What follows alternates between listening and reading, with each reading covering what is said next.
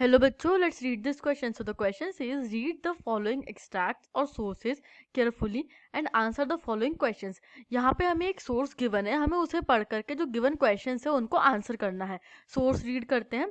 Industrialization. In many places in Karnataka and Bengal, weavers deserted villages and migrated, setting up looms in other villages where they had some family relation.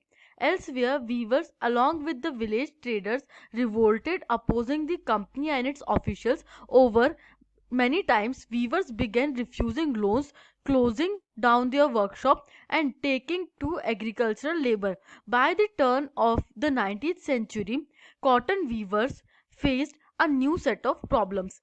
यहाँ पे जो हमें paragraph given है इसमें basically viewers के point of view से बात की जा रही है कि कैसे इंडस्ट्रियलाइजेशन प्रोसेस ने वीवर्स को इम्पैक्ट किया था. इनिशियली बताया जाता है कि बंगाल और कर्नाटक के एरिया में वीवर्स को बहुत ज़्यादा प्रॉब्लम हो रही थी और इसलिए वो विलेजेस छोड़ देते थे और माइग्रेट कर जाते थे दूसरी जगहों पे जहाँ पे उनके फैमिली रिलेशंस रहते थे.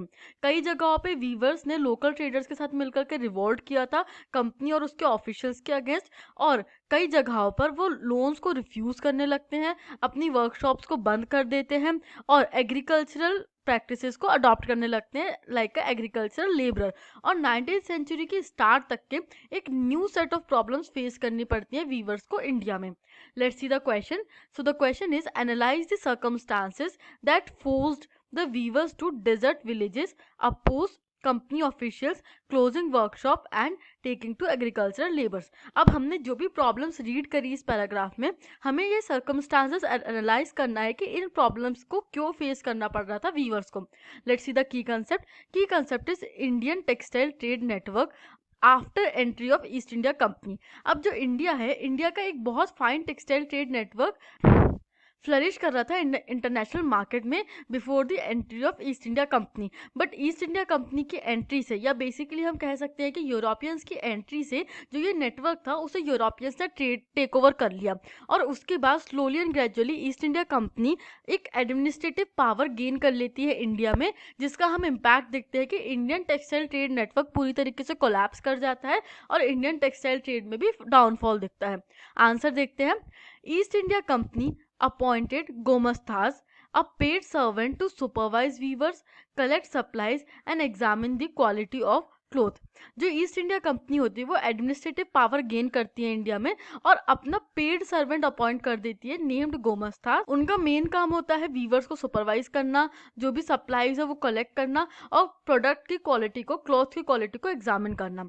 Second point is gomasthas were outsiders. They acted arrogantly, marched with sepoys and peons and punished weavers for delay in supplies. अब ये जो गोमस्ताज थे वो तो कंपनी अपॉइंटेड ऑफिशियल्स थे, कंपनी ने उनको एज अ पेड सर्वेंट रखा था, तो वो क्या थे, वो आउटसाइडर्स थे. अब जब कंपनी किसी पर्सन को एज अ सर्वेंट रखेगी तो वो किसी इनसाइड के पर्सन को तो रखेगी नहीं, गांव के लोगों को तो रखेगी नहीं, क्योंकि गांव के लोग क्या करेंगे, अपने ही लोगों का फेवर करेंगे. तो इसलिए वो एक आउटसाइडर को लेकर के आते हैं जो बहुत एरोगेंटली बिहेव करता है वीवर्स के साथ और सीपॉइज और पियॉन्स के साथ मार्च करता है गांव में और पनिश करता है वीवर्स को for any delay in supplies. The third point is the company started a system of advances. Weavers accepted it to earn more, but this system proved fatal for the weavers. The weavers lost the space to bargain for prices and sell to different buyers. अब क्या होता है, company एक system of advances start कर देती है. वो क्या करते हैं, एक एडवांस अमाउंट देती है वीवर्स को in the form of loan और वीवर्स इसे एक्सेप्ट करते हैं. उनको लगता है कि हमारे पास पहले से पैसा आएगा तो हम ज़्यादा अर्न कर पाएंगे. बट ये जो सिस्टम होता है वो फेटल प्रूव होता है वीवर्स के लिए. क्यों? क्योंकि अब उनके पास जो स्पेस था, पहले वो प्रोड्यूस करते थे फिर सेल करते थे, तो जो स्पेस उनके पास था कि हम किसी दूसरे बायर को बेच सकते हैं या प्राइसेस के लिए बार्गेन कर सकते हैं, वो स्पेस वो पूरी तरीके से खो देते हैं और डिपेंडेंट हो जाते हैं इन एडवांसेस सिस्टम पे over for their production and livelihood. इस तरीके से देखते हैं कि वीवर्स की बहुत ज़्यादा कंडीशन डिप्राइव हो जाती है, डिटोरिएट हो जाती है ड्यूरिंग द कंपनी रूल और वीवर्स को अपनी जगह छोड़नी पड़ती है या काम बदलना पड़ता है for their basic survival. I hope you understood this question. Thank you and best of luck.